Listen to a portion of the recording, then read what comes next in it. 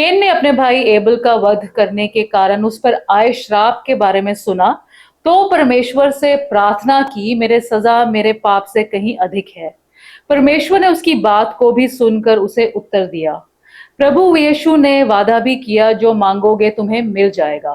लेकिन फिर भी हमारी प्रार्थनाओं का उत्तर या तो आता ही नहीं है या बहुत देर के बाद आता है। प्रार्थना कैसे की जाए कि उत्तर अवश्य अवश्य मिले, आज हम इसी पर बात करेंगे। शुरू करते हैं परमेश्वर के वचन से। परमेश्वर का वचन हमने उत्पत्ति की पुस्तक उसका 18 अध्याय उसकी 22 आयत से लिया है। पर अब्राहम यहोवा के आगे खड़ा रह गया। तब अब्राहम उसके समीप जाकर कहने लगा, क्या आप सचमुच दुष्ट के संग धर्मी का भी नाश करेंगे? कदाचित उस नगर में 50 धर्मी हो, तो क्या आप सचमुच उस स्थान को नष्ट करेंगे और उन 50 धर्मियों के कारण जो उसमें है ना छोड़ेंगे? इस प्रकार का काम करना आपसे दूर रहे कि दुष्ट के संग धर्मी को भी मार डाले और धर्मी और दुष्ट दोनों की एक ही दशा हो। यह तो आपसे दूर रहे क्या सारी पृथ्वी का न्यायी न्याय ना करे। फिर 32 आयत में फिर उसने कहा, हे प्रभु क्रोध ना कर, मैं एक ही बार और कहूंगा, कदाचित अगर उसमें 10 लोग ही धर्मी मिले। उन्होंने कहा, तो मैं 10 के कारण भी उसका नाश ना करूंगा। परमेश्वर के वचन को पढ़े और सुने जाने से आशीष हो। आमीन। अब्राहम या फिर जो भी लोग प्रभु यीशु के पास अपनी प्रार्थना लेकर आए, उन्हें उत्तर मिला। हमें ऐसी प्रार्थना के लिए क्या करना चाहिए? प्रार्थना परमेश्वर के साथ जुड़ना है, और परमेश्वर ने कभी भी इंसान को अकेला नहीं छोड़ा है, क्योंकि हमसे वो प्यार करते हैं। आदम और ईव के पाप करने के बाद में भी वो उन्हें देखने, उन्हें ढूंढते आए। इब्रानियों की पुस्तक 1 अध्याय उसकी पहली 2 आयत में लिखा है, पूर्व युग में परमेश्वर ने बाप दादों से थोड़ा थोड़ा करके और भांति भांति से भविष्य वक्ताओं के द्वारा बातें कर इन अंतिम दिनों में हमसे पुत्र के द्वारा बातें की, जिसे उसने सारी वस्तुओं का वारिस ठहराया और उसी के द्वारा उसने सारी सृष्टि की रचना की है। परमेश्वर ने अपने पुत्र के द्वारा, प्रभु यीशु के द्वारा सारी सृष्टि की रचना की है। परमेश्वर के पुत्र हमेशा से ही जो बनाया गया धरती के ऊपर या कुछ भी बनाया गया, उसमें वो शुरू से इन्वॉल्व है। अब्राहम और उससे पहले या उसके बाद में हमेशा प्रभु यीशु जो क्रिएटर हैं, सब कुछ, जिन्होंने सब कुछ बनाया और जिसके द्वारा सब कुछ स्थापित है पूरा धरती के ऊपर, वो धरती पर आते हैं उनसे मिलने के लिए, गाइड करने के लिए, चाहे अब्राहम चाहे कोई और उससे पहले या बाद में। नूह और उसके 3 लड़के और उनकी पत्नियां, 8 लोग ही सिर्फ थे जो कि धरती के ऊपर धर्मी पाए गए, और नूह को 120 साल लग गए वो जहाज बनाने के लिए, जबकि वो समुद्र के कहीं नजदीक भी नहीं था और तब तक बारिश भी कभी नहीं हुई थी। जितने लोगों ने उसे देखा वो उससे पूछते रहे और जो उसने उत्तर दिया उन्होंने उस वार्निंग को इग्नोर कर दिया। उत्पत्ति 6 की 12 में लिखा है कि सब प्राणियों ने पृथ्वी पर अपना अपना चाल चलन बिगाड़ लिया था। तो सब अपने अपने रास्ते पर चल रहे थे, पाप में डूबे हुए थे। और जब तक किसी के मन में ये एक भावना नहीं आती है कि उसे परमेश्वर को जानना है, परमेश्वर के रास्तों को सीखना है, तब तक वो अपने रास्तों को और पाप भरे रास्तों के बारे में कभी भी रियलाइज नहीं कर सकता है कि उसे माफी की जरूरत है। और उसे फिर कितनी भी प्रीचिंग कर लो, हम कितना मर्जी उसको बता दें, उसमें बदलाव नहीं आएगा। उसके मन में ये इच्छा आनी चाहिए और सिर्फ परमेश्वर ही डालते हैं। परमेश्वर ने मिस्र में मूसा के द्वारा अनगिनत साइन और चमत्कार किए, और एरोन और दोनों मूसा उसमें शामिल थे। और उसके द्वारा फिर इजिप्ट में बहुत ज्यादा नुकसान हुआ, जो कि इजरायलियों सब ने देखा था। वो रेड सी को क्रॉस किए, लाल समुद्र को क्रॉस किए सूखी धरती पर, जबकि इजिप्शियन आर्मी, उनके रथ घोड़े सब कुछ वहां पर बर्बाद हो गए। मरियम, मोजिस की जो मूसा की बहन है, और दूसरी औरतों के साथ वो लाल समुद्र पार करने के बाद में फिर वो गीत गाती है, और इजराइलाइट सब उसमें गाते हैं। वो कहते हैं, यहोवा मेरा बल और भजन का विषय है, और वही मेरा उद्धार भी ठहरा है। मेरा परमेश्वर वही है, मैं उसी की स्तुति करूंगा। मैं उसके लिए निवास स्थान बनाऊंगा, मेरे पूर्वजों का परमेश्वर वही है, मैं उसको सराहूंगा। ये गीत उन्होंने गाया, and they danced for the Lord. मूसा को 40 साल तक फिरौन के घर में, बचपन से उसके घर में रहा, वो एक राजकुमार की तरह रहा, और उसके बाद में वो अपने लोगों से मिलने के लिए, उनके साथ जुड़ने के लिए वो वहां से निकल गया। मूसा ने जब देखा एक मिस्री यहूदी को, दास को मार रहा था, तो उसने इंटरवीन किया और वो जो इजिप्शियन था उसका वध हो गया। उसके बाद में उसने 2 लोगों को लड़ते हुए देखा और उन्हें उसने कहा कि तुम आपस में क्यों लड़ रहे हो। निर्गमन 2 अध्याय 14वीं आयत में तो एक यहूदी ने बोल दिया कि तुम्हें कौन है जो तुम्हें हमारा मध्यस्थ बनाता है, क्या तुम हमें भी उस मिस्री की तरह मार दोगे। मूसा ये जानता था कि जो इंसान है उसकी फितरत बिल्कुल बदलती रहती है, और उसके जीवन के आखिरी दिनों में उसने अपने लोगों को परमेश्वर की प्लान, उनके रास्तों के बारे में बताया, और यह भी ताकीद की कि उनके ऊपर पूरे ध्यान से चलते रहें और उनसे इधर उधर ना हो। व्यवस्था विवरण 8वां अध्याय उसकी 2री आयत में, 8वां अध्याय 2री आयत में मूसा ने कहा, यहोवा उन 40 वर्षों में तुझे सारे जंगल के मार्ग में से इसलिए ले आए हैं कि वह तुझे नम्र बनाए और तेरी परीक्षा करके ये जान लें कि तेरे मन में क्या क्या क्या है, और क्या तू उनकी आज्ञाओं का पालन करेगा या नहीं। ये उन्होंने मिस्रियों को बता दिया कि 40 साल तक परमेश्वर तुम्हें लेके आए ताकि तुम्हें टेस्ट कर सकें, ताकि तुम्हारे अंदर एक वो भावना उत्पन्न हो कि परमेश्वर को मुझे जानना है, उनकी नजदीकी में चलना है। जो गिनती की पुस्तक है वो, उसमें जो रिबेलियन है इजरायली लोगों का, उसके बारे में ज्यादा कहा गया है और परमेश्वर के प्यार के बारे में कहा गया है। जो इब्रानी भाषा का नाम इसमें इस पुस्तक को दिया गया है वो बमीदार। बमीदार का मतलब है इन द डेजर्ट, रेगिस्तान में। तो जो ये जो पहली उसकी फिर किताब है उसमें लिखा है गिनती में, परमेश्वर ने मूसा से साइनाई के डेजर्ट में बात की, पर बुक का जो नाम लिखा गया है उसका डेजर्ट से क्या रिलेशन है, और जो डेजर्ट है वो किस प्रकार परमेश्वर की रेवलेशन को पाने के लिए सबसे ज्यादा अप्रोप्रिएट, सबसे ज्यादा बढ़िया स्थान है। जो 2 क्वालिटीज हैं जो डेजर्ट की, अत्यंत गर्मी और खालीपन, ये जो हैं ये दोनों यहूदी जो मिस्टिक हैं वो ये मानते हैं पॉजिटिव क्वालिटीज हैं। जो नबी हैं, परमेश्वर प्यार हैं, और उनके अंदर उस प्यार की एक आग की तरह जलता है, और जिसके द्वारा फिर वो सब उन्होंने बनाया। उनका प्यार ही था जो सब कुछ उन्होंने बना दिया।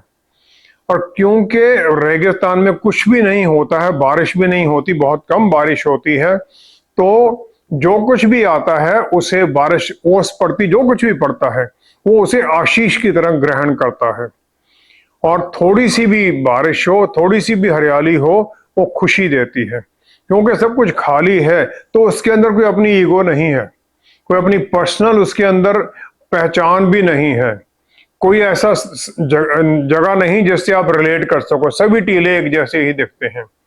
लेकिन जब इंसान उस खालीपन की स्थिति में पहुंचता है जहां उसके अंदर अपनी पहचान, अपनी सेल्फ वर्थ खत्म है, तभी वो उसके मन में इच्छा आती है कि वो किसी और अथॉरिटी के अधीनगी में आए जो उससे ऊपर है। इजरायली लोगों को ये सीखना जरूरी था ताकि वो परमेश्वर के नजदीक आ सकें, इससे पहले कि वो प्रॉमिस लैंड में पहुंचे। और ना ही हम ये कर सकते हैं जब तक कि हम इस प्रकार की परिस्थिति में नहीं चले जाते हैं। हमारे अंदर ऐसी परिस्थिति हो जानी चाहिए, और यही एक स्टेट है जिसमें हम अपने इंटरपर्सनल एक दूसरे से रिश्ता भी फिर हम उसी प्रकार चलाते हैं। हमारा परमेश्वर से रिश्ता और दूसरों के साथ जो रिश्ता होता है वो भी फिर दोनों कमांडमेंट जो हैं प्रभु यीशु ने दी थी मत्ती 22 की 37 से 39 में, फिर हम उनके अनुसार चलने लग जाते हैं, क्योंकि उन्हीं के अनुसार फिर हमारे मन में इच्छाएं आती हैं। किसी को इससे कोई लेना देना नहीं है कि मुझे कितना ज्ञान है।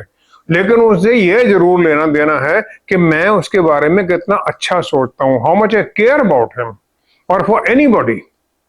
गलातियों की पुस्तक पहला अध्याय 16-17 आयत में जब प्रभु यीशु ने पौलुस रसूल की आंखें खोल दी तो उसने कहा 16-17 में, जब इच्छा हुई कि मुझ में अपने पुत्र को प्रकट करे कि मैं अन्य जातियों में उसका सुसमाचार सुनाऊं, तो मैंने मांस और लहू से सलाह ली और ना यरूशलेम को उनके पास गया जो मुझसे पहले प्रेरित थे, पर तुरंत अरब को चला गया और फिर वहां से दमिश्क को लौट आया।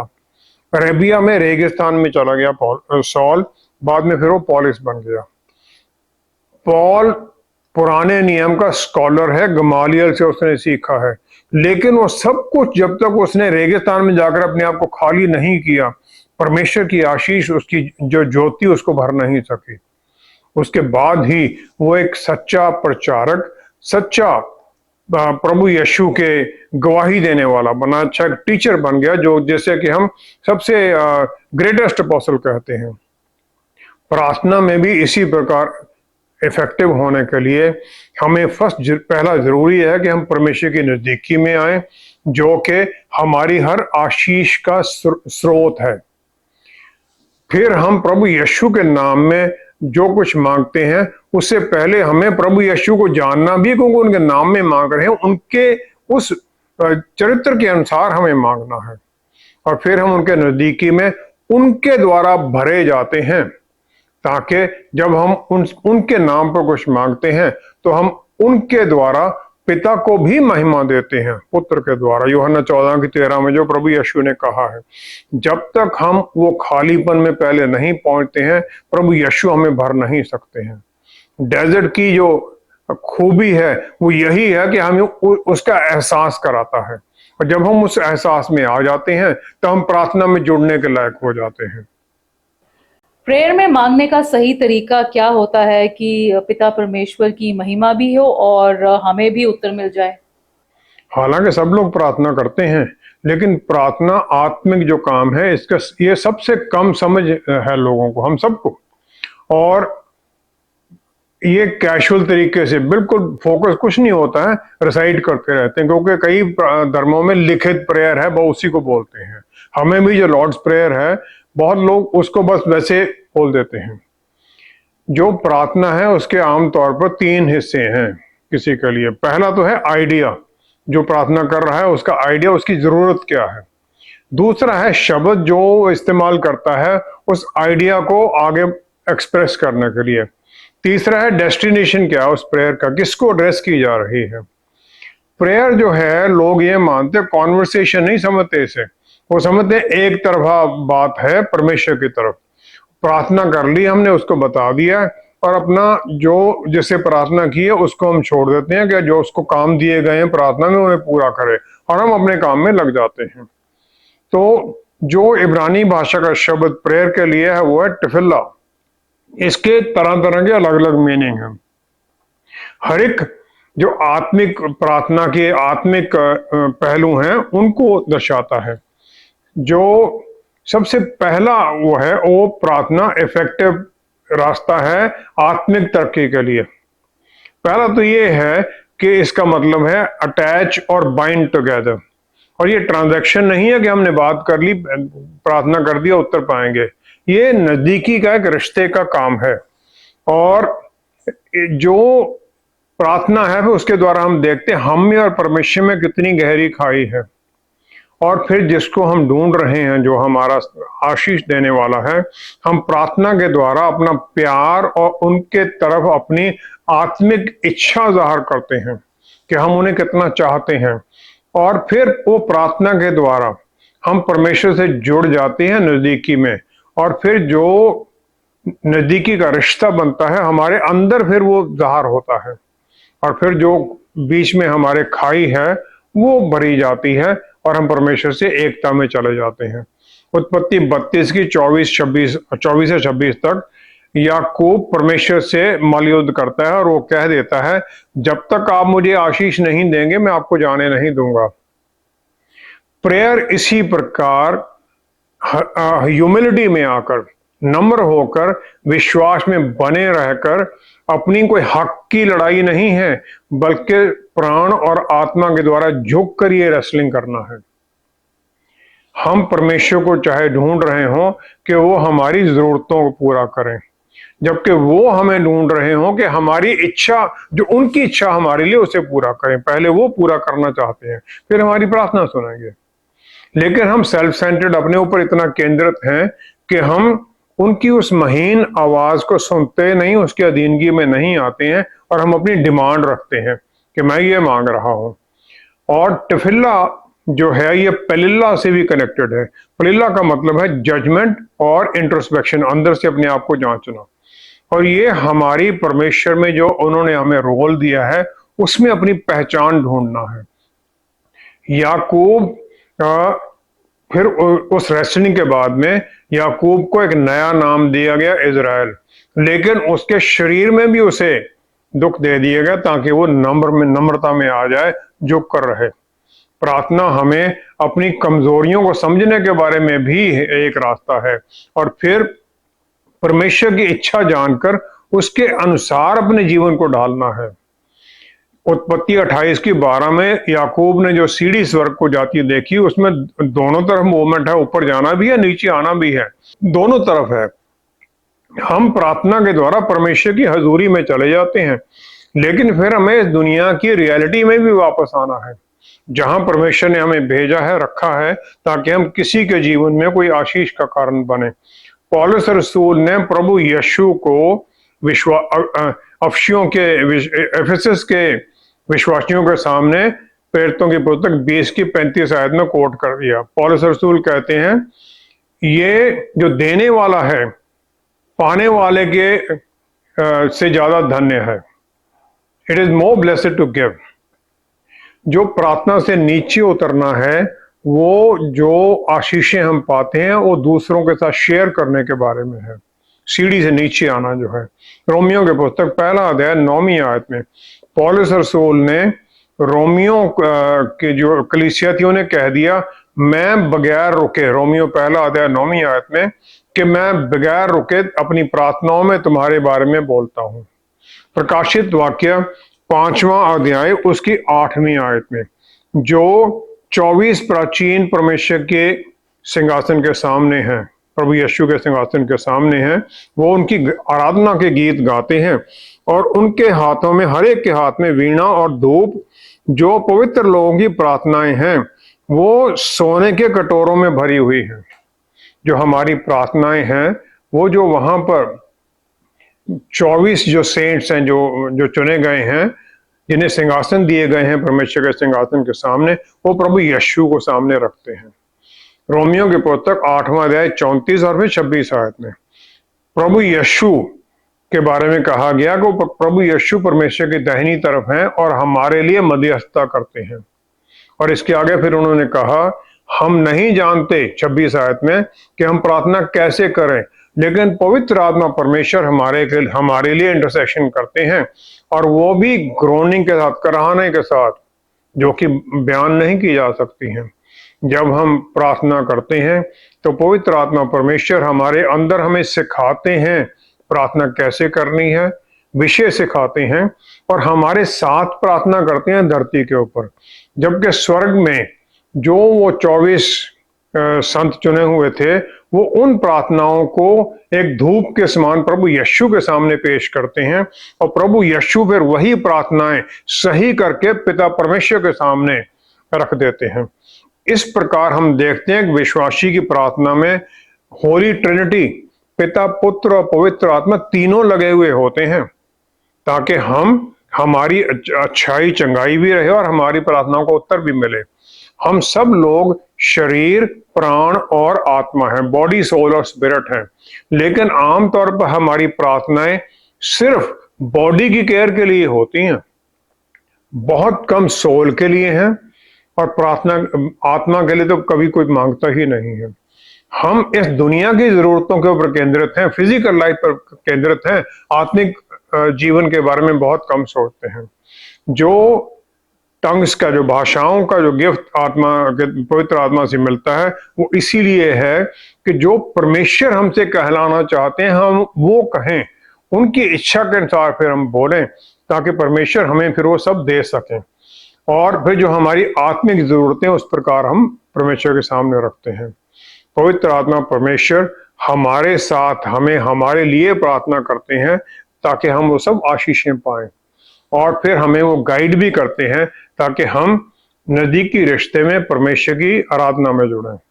तो प्रार्थना ये नहीं कि परमेश्वर से हम कोई मांगे, उनके मन को बदल दें, जो हमारे लिए उनकी प्लान है उसको बदल दें, ताकि वो अपने आप हमारे लिए कुछ करें, हमारी जरूरतों को वो पहचाने। ये परमेश्वर से फिर हम ये नहीं कह सकते कि क्या परमेश्वर हमारी प्रार्थना सुनते हैं। रादर ये हमें पूछना है कि क्या मैं अपनी प्रार्थनाओं को सुन रहा हूं, जो मैं मांग रहा हूं क्या उसके द्वारा मैं बदल भी रहा हूं। जो एल शडाई दी ऑलमाइटी, जो सर्वशक्तिमान परमेश्वर है, जो उसे अपनी कोई इंफॉर्मेशन प्रार्थना के द्वारा कन्वे करना चाहता है, वो भूल भुलैया में घूम रहा है।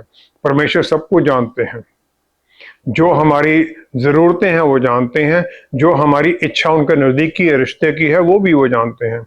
मार्कुस 12 की 30 आयत में प्रभु यीशु ने कहा, परमेश्वर को पूरे मन से, विद ऑल योर हार्ट, पूरे प्राण से, और with all your soul, with all your mind and with all your strength, हर एक जो हिस्सा है इंडिपेंडेंटली उन्होंने बताया है, एम्फेसाइज किया है, यह नहीं कि जनरल कह दिया। और वो हमारे विचारों पर, इच्छाओं पर, कामों पर, हमारे पूरे बल के ऊपर उनका अधिकार होना चाहिए, उनकी अधीनगी में चलना चाहिए। जब हम ये करने लग जाते हैं तब हम परमेश्वर की नजदीकी में आ जाते हैं, और फिर पिता परमेश्वर, उनके पुत्र और पवित्र आत्मा परमेश्वर हमारी प्रार्थनाओं में जुड़ जाते हैं, ताकि पिता परमेश्वर को महिमा मिले, और फिर हमारी प्रार्थना को उत्तर भी मिलने लग जाता है।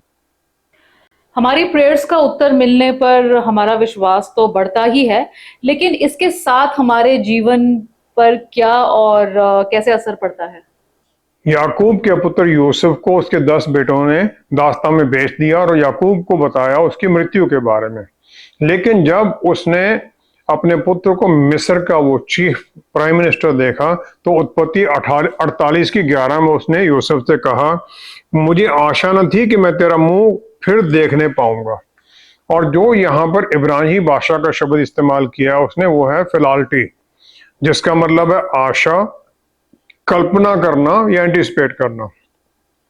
और ये है कि अपने मन को उन अच्छी बातों से, आशा से भर लेना, ताकि ये विचार बने रहें। और जो टफिल्ला है वो प्रार्थना करना है। टफिल्ला और ये दोनों फिलाइती दोनों कनेक्टेड हैं। तो प्रार्थना के द्वारा हम अपने मन के अंदर, अपने विचारों में, अपने इच्छाओं को वो भर लेते हैं कि हमारी प्रार्थना को उत्तर मिल गया है, और हमारा जीवन किस प्रकार होगा, दूसरों के जीवन में हम किस प्रकार आशीष का कारण बनेंगे, हम सब देखने लग जाते हैं। तो इस प्रकार प्रार्थना अपने हार्ट की सर्विस है, उसे समझाने में कि परमेश्वर हमसे क्या चाहते हैं। किसी ने कॉल किया मुझे कि मेरे ऊपर बहुत ज्यादा कर्जा चढ़ गया, इसका कोई रास्ता बताओ मुझे, जो कि उसके लिए बहुत मुश्किल था पे करना। हम ये कभी भी फोकस नहीं करते कि परमेश्वर हमसे क्या चाहते हैं। हमसे नजदीकी चाहते हैं, और फिर हमें वो सिखाना चाहते हैं कि हम इस परिस्थिति से कैसे निकलें और इससे बचे फिर कैसे रहें, आगे फिर दोबारा ना फंसें, और फिर हम उस डैमेज से निकल सकें। परमेश्वर दयालु हैं और वो हमेशा हमारा प्रार्थना का उत्तर देने के लिए तैयार है। यूहन्ना 14 की 18 में प्रभु यीशु ने कहा, मैं तुम्हें अनाथ नहीं छोड़ूंगा। परमेश्वर के पुत्र इंसान बन गए ताकि हमें पाप की दास्ता से निकाल सकें, शैतान और दुष्ट आत्माओं से निकाल सकें, जिसमें से निकलना हमारे लिए असंभव था। पहला इतिहास उसका 4वां अध्याय 9वीं 10वीं आयत में एक अद्भुत प्रार्थना लिस्ट की गई है, जो कि जबेस की प्रार्थना। उससे ये नाम उसकी माता ने दिया क्योंकि उसने ये कह दिया कि मैंने इसे बहुत पीड़ा से उत्पन्न किया है। और उसके इस नाम का मतलब ही ये हो जाता है, तो उसे कितनी ये ह्यूमिलिएशन सफर करनी पड़ी होगी लोगों के सामने। लेकिन परमेश्वर की नजर में वो क्या है, अपने भाइयों से वो अधिक प्रतिष्ठित हुआ। फिर याबेज ने प्रार्थना की परमेश्वर के सामने। उसने कहा, भला होता कि आप मुझे सचमुच आशीष देते और मेरा देश बढ़ाते, मेरी हदें बढ़ाते। वो कहता, देश बढ़ाता यहाँ लिखा है, और आपका हाथ मेरे साथ रहता और आप मुझे बुराई से ऐसा बचा रखते कि मैं उससे पीड़ित ना होता। और जो कुछ उसने मांगा वह परमेश्वर ने उसे दिया। जो कुछ उसने मांगा परमेश्वर ने उसे दे दिया। तो ये जो प्रार्थना, इसमें काफी लेसन है हमारे लिए। पहला तो ये, हम ये पहचान करें हमारी आशीष का स्रोत कौन है। याकूब जो प्रभु यीशु के भाई हैं, उन्होंने याकूब पहला अध्याय 17वीं आयत में इसको क्लियर कर दिया। एक अच्छी दात, अच्छा वरदान, हर अच्छी दान ऊपर से जो पिता से आता है, जो कि ज्योति के पिता परमेश्वर हैं। और जब हम प्रभु यीशु के नाम में मांगते हैं तो हम उनके कैरेक्टर के साथ अलाइन कर लेते हैं अपने आप को, उनके स्वभाव के साथ अपने आप को जोड़ लेते हैं। दूसरा है कि पूरे मांगना अपने मन को फोकस करके उनकी दया अनुग्रह के ऊपर, जिसमें उत्तर मिलने की डेफिनेट अश्योरेंस है। और फिर तीसरा है कि ये रिक्लेम करना जो शैतान ने हमसे चुरा लिया है, और फिर परमेश्वर से हम मांगे कि हम उनके लिए कुछ और कर सकें और उनके प्यार की दूसरों के सामने आशीष का चैनल बन जाए। चौथा है जो संसारिक चीजें, उनसे कहीं आगे बढ़कर मांगना कि हमारे ऊपर वो हों, बल दें, गाइड करें और हमारे हर तरह के ट्रायल में हमें सहायता करें। पांचवा है कि हमारी जो शर्मिंदगी है उसे महिमा में बदल दें, ताकि हम दूसरों के लिए आशीष का कारण बने, उन लोगों के लिए भी जो पास्ट में दुख उठा चुके हैं। याकूब की पुस्तक 4 अध्याय 2-3 आयत में जो असली प्रॉब्लम है वो याकूब कहते हैं परमेश्वर में नहीं है बल्कि हम में है। वो कहते हैं तुम्हें इसलिए नहीं मिलता कि मांगते ही नहीं। तुम मांगते हो और पाते नहीं इसलिए कि बुरी इच्छा से मांगते हो ताकि अपने भोग विलास में उड़ा दो। हमारे मांगना ही गलत हो जाता है। जब हम अपनी प्रार्थना को एनालाइज करते हैं, रिक्वेस्ट को जज करते हैं, तो ये क्राइटेरिया जो हमें है वो हम समझने लग जाते हैं और फिर हम उसके अनुसार प्रार्थना करते हैं। हमें हेजिटेट नहीं करना कि परमेश्वर से मांगे, बोल्ड होकर मांगना है, क्योंकि परमेश्वर ने भजन संहिता 81 की 10वीं आयत में उन्होंने कह दिया, 10वीं आयत में उन्होंने कहा, तो अपना मुंह पसार मैं उसे भर दूंगा। Open your mouth wide and I will fill it. हम मांगे, पाएं, धन्यवाद करें, दूसरों को आशीष दें। ये एक चैनल बन जाती है आशीष पाने की, प्रार्थना को उत्तर पाने की, ताकि फिर हम पिता को, पुत्र को, पवित्र आत्मा को महिमा दे सकें। जब हम इस प्रकार अलाइन कर लेते हैं तो प्रभु यीशु के चलन के अनुसार चलने लग जाते हैं, हमारी प्रार्थनाएं भी उसी प्रकार हो जाती हैं और फिर हमें उत्तर भी मिलता है। आइए हम प्रार्थना करें। पिता परमेश्वर, क्या ही धन्य है आपने हमें आशीष दी, वायदा किया जो तुम मांगोगे वो मैं कर दूंगा। हाँ प्रभु यीशु, आपने वायदा किया जो मेरे नाम में मांगोगे ताकि पिता परमेश्वर की महिमा हो, वो मैं कर दूंगा। पवित्र आत्मा परमेश्वर हमें सिखाइए, आशीष दीजिए, हमारे मनों में ये क्लियर हो जाए कि हमें क्या मांगना है, किस प्रकार मांगना है, ताकि ना सिर्फ हमारी प्रार्थनाओं का उत्तर मिले बल्कि हम प्रार्थना भी आपकी इच्छा के अनुसार मांगे। हमारा मांगना, हमारा जीवन है सब कुछ आपकी इच्छा पूरी करने के लिए, आपके वचन की आज्ञाकारिता में चलने के लिए हो, ताकि हमारी प्रार्थनाएं और हमारा जीवन ही फिर शैतान को दूर करने वाला हो जाए और हम आपके पवित्र नाम में प्रभु यीशु जीत में चलते जाएं, आशीषित होकर चलते जाएं। सारी महिमा और आदर आपको देते हुए पिता परमेश्वर सब कुछ प्रभु यीशु के पवित्र नाम में मांगते हैं। आमीन, आमीन, आमीन। राजा दाऊद भी जो परमेश्वर के मन का इंसान था, अपने दुख में कह उठा, कब तक परमेश्वर, एक आदमी डेजर्ट में अकेला चलते हुए अपने साथ एक और पैरों के निशान देखकर परमेश्वर को साथ होने से खुश होता है, लेकिन फिर भूख प्यास में बस एक ही पैरों के निशान देकर दुखी होता है। आगे जाकर पानी के चश्मे से तृप्त होकर फिर दो पैरों के निशान देखकर परमेश्वर से शिकायत करता है कि दुख में आप भी अकेला छोड़ देते हो।